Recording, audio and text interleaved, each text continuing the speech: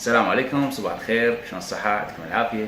عيسى العبيدي راعي ورشة إجداد إصلاح المركبات. اليوم ويانا رام سيلفر. مثل ما تشوفون الضربات اللي موجودة بالسيارة من جانب اليمين واليسار بالتكمة مال السيارة أيضا فوق طرف السقف. بتدخل السيارة بمراحل، المرحلة الأولى مرحلة السمكرة، المرحلة الثانية مرحلة الصبغ. طبعا مرحلة السمكرة احنا نسحب الضربات، نسحب الأضرار، وأيضا نقوم بجرايندر للأماكن مال الأضرار حتى تكون الإصلاح مالنا ناعم. وأيضا تدخل السيارة في مرحلة الصبغ. طبعا مرحلة الصبغ احنا ما نحب ان احنا نصبغ مباشرة على المعجون، احنا دائما نحط طبقة فيلر حتى تكون تعطي كواليتي وتعطي عزل ما بين المعجون وما بين الصبغ حتى لا يتغير بالمستقبل. تلاحظون اللمعان اللي موجود ايضا بالسيارة شيء راقي، هذا دائما احنا نطمح له حتى التجار اللي يجيبون السيارات يربحون، او صاحب السيارة اللي حيشتري السيارة او صاحبها اللي يصلحها يكون طبعا راضي على السيارة اللي عنده. تلاحظون جمالية السيارة، طرف السقف الفوقاني، الرفارف، تكمة الباب، حتى الزوايا اللي اختاريتها انه انا انزل جوا واصعد فوق حتى تكون السيارة واضحة بشكل تام من الطرف العلوي ومن الطرف السفلي ايضا، حتى اثبت انه مو